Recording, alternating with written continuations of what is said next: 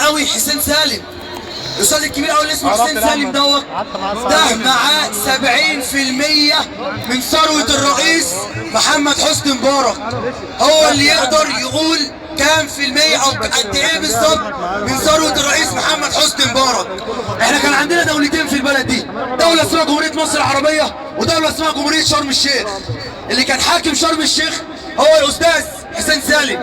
هو فين حسين سالم؟ حد يقدر يقول لي مين هو حسين سالم؟ هو فين حسين سالم؟ دي حاجة بس واحدة. حسين سالم معاه ثروته تتعدى ال 120 مليار دولار امريكي. 120 قسما بالله العلي العظيم، 120 مليار دولار امريكي. هو اللي عمل كده. حسين سالم ده اقوى من احمد عز، اقوى من صفوت الشريف، اقوى من جمال مبارك، اقوى من حسني مبارك ذات نفسه. ده المعلم اللي اسمه حسين سالم.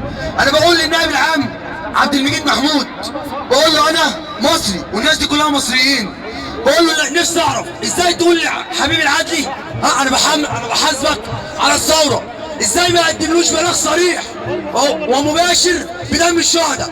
فين دم الشهداء؟ انا نفسي اسال فين دم الشهداء؟ دم الشهداء اللي احنا للناس، احنا كنا هنا كلنا واحنا شفنا اخواتنا واصحابنا بتتقتل قدام عينينا. فين الجمال اللي دخلت في التحرير؟ مين اللي يقدر يقول لنا الكلام ده؟ مش النائب العام عبد المجيد محمود، مش السيد المشير محمد حسين طنطاوي.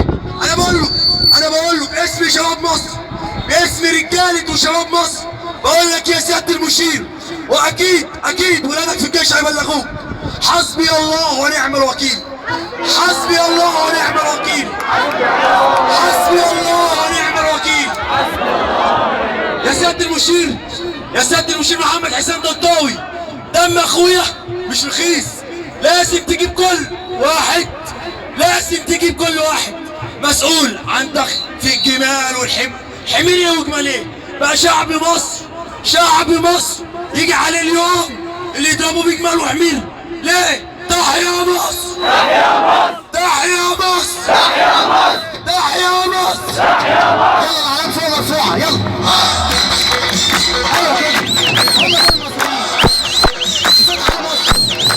محمد ضوء من ميدان التحرير، الواقع اليوم.